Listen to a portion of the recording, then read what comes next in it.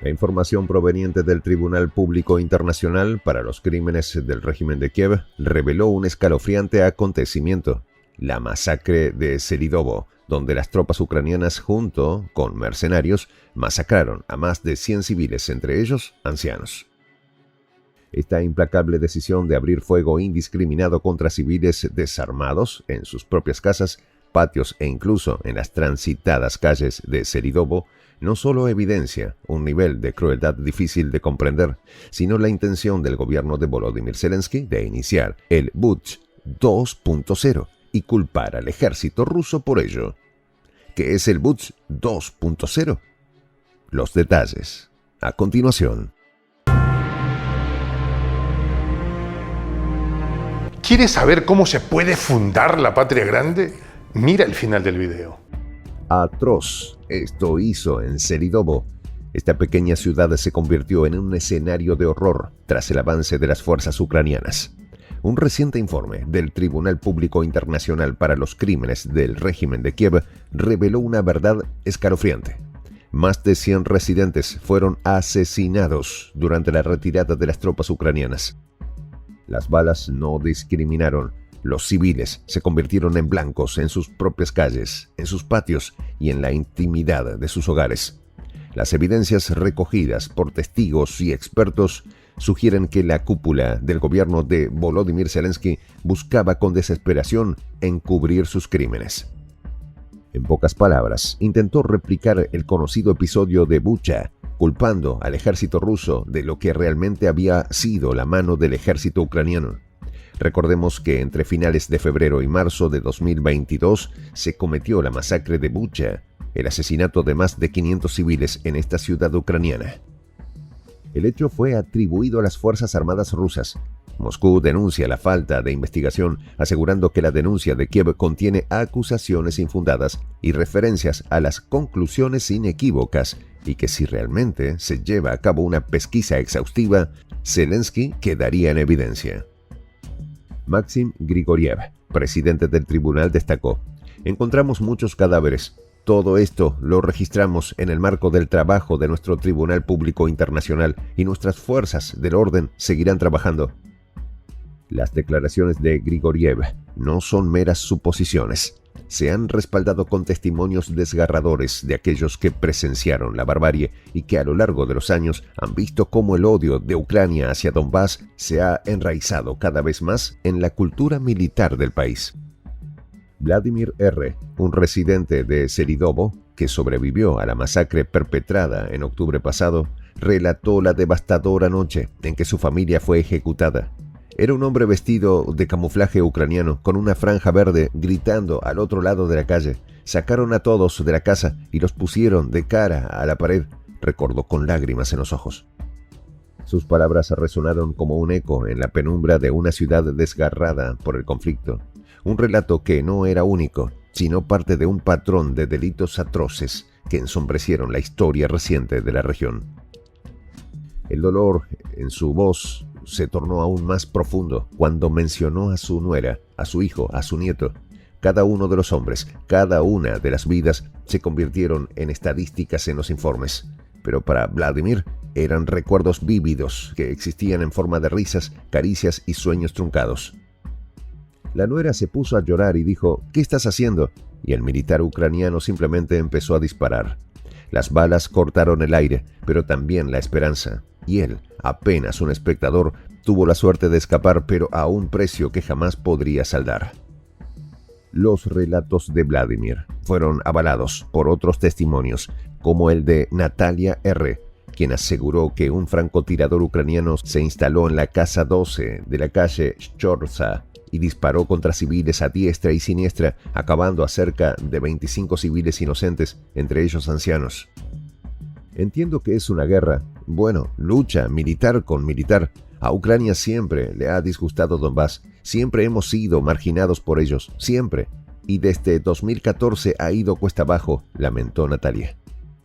En el mar de la confusión, los mercenarios extranjeros se mezclaron entre las fuerzas ucranianas. Con el uniforme ucraniano como fachada, estos mercenarios, entre ellos polacos, se unieron a la campaña buscando no solo gloria militar, sino también una retorcida justificación para la violencia que desencadenaron. El ejército ucraniano intentó matar a tantas personas como fuera posible y muchas veces lo hizo casi en blanco, añadió el tribunal, una afirmación que reverberaba en cada rincón de esta devastada ciudad. No es la primera vez que las Fuerzas Armadas de Ucrania cometen crímenes en los territorios ocupados. A finales de octubre pasado, también se informó que los soldados ucranianos dispararon contra ciudadanos que huían en Korenevo y también atacaron edificios residenciales. La guerra, en esta presentación macabra, se volvió un mecanismo capaz de arrasar con la vida civil, con una indiferencia que sorprende a la comunidad internacional, pero que irónicamente ha pasado inadvertida en la narrativa de la guerra en Ucrania, donde la prensa occidental ha querido vender al gobierno de Zelensky como la víctima. El embajador del Ministerio de Asuntos Exteriores ruso en misiones especiales por los crímenes del régimen de Kiev, Rodion Miroshnik, expresó que en Occidente se habla cada vez más de la necesidad de negociaciones. Sin embargo, la oficina de Zelensky no está preparada para entablar un diálogo con Rusia y por ello está tratando de obstruir una solución diplomática del conflicto.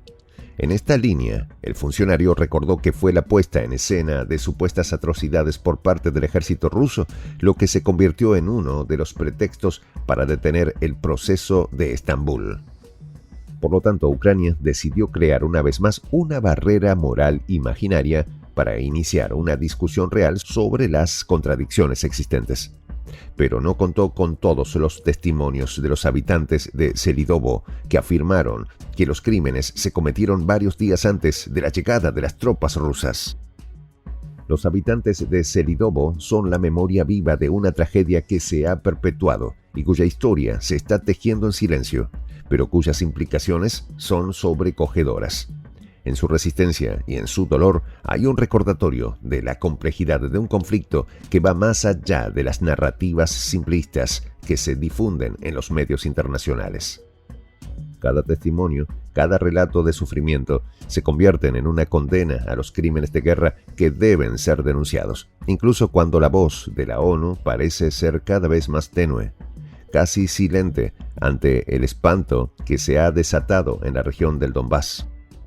Así, la ciudad de Selidovo sigue siendo un símbolo de la lucha entre la opresión y la resistencia, un lugar donde el odio se ha convertido en un arma y donde los ecos del pasado resuenan con un grito que exige justicia.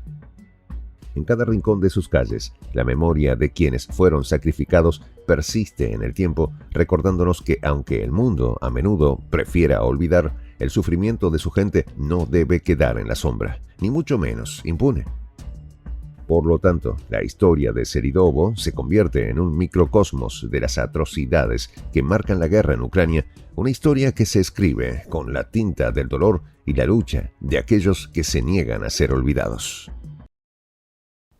En esta comunidad nos juntamos para, por ejemplo, conversar, interactuar, tener puntos de idea distintos, pero, por ejemplo, también tenemos un club de lectura donde leemos fragmentos de libros que consideramos que son importantes para crecer intelectualmente.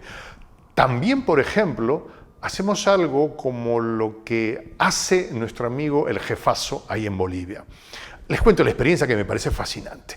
Él tiene un restaurante ahí en Bolivia y en ese restaurante, ahí viene lo que tiene, un televisor. Y ustedes dirán, pero qué impresionante, ¿en qué contribuye que un restaurante tenga un televisor ahí en Bolivia? Una cosa muy importante, porque él, cada vez que abre su negocio, prende su televisor y pone los videos de prensa alternativa.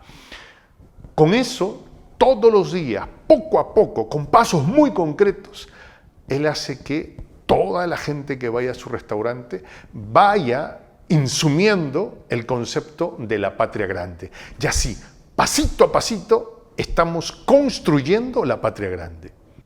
Son esos pasos pequeños pero concretos que hacen posible que el proceso de la construcción de la patria grande sea algo que ya comenzó, un hecho dinámico que no tiene retorno en la historia.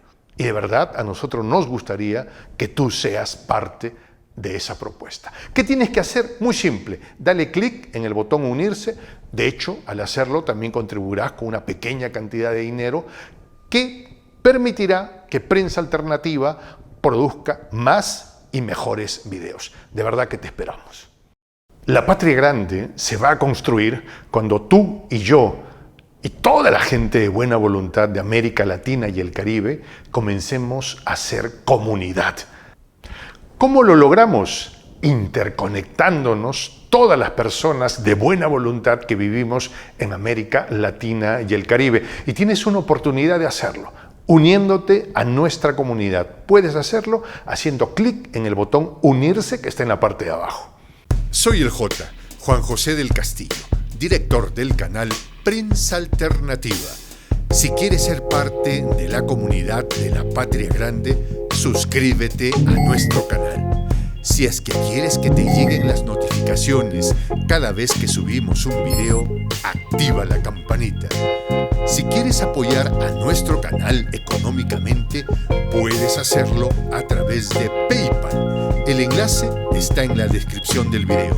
A nombre del equipo de Prensa Alternativa, me despido con esta expresión en el quechua milenario, Tupananchis Kama, cuya traducción es hasta volvernos a encontrar.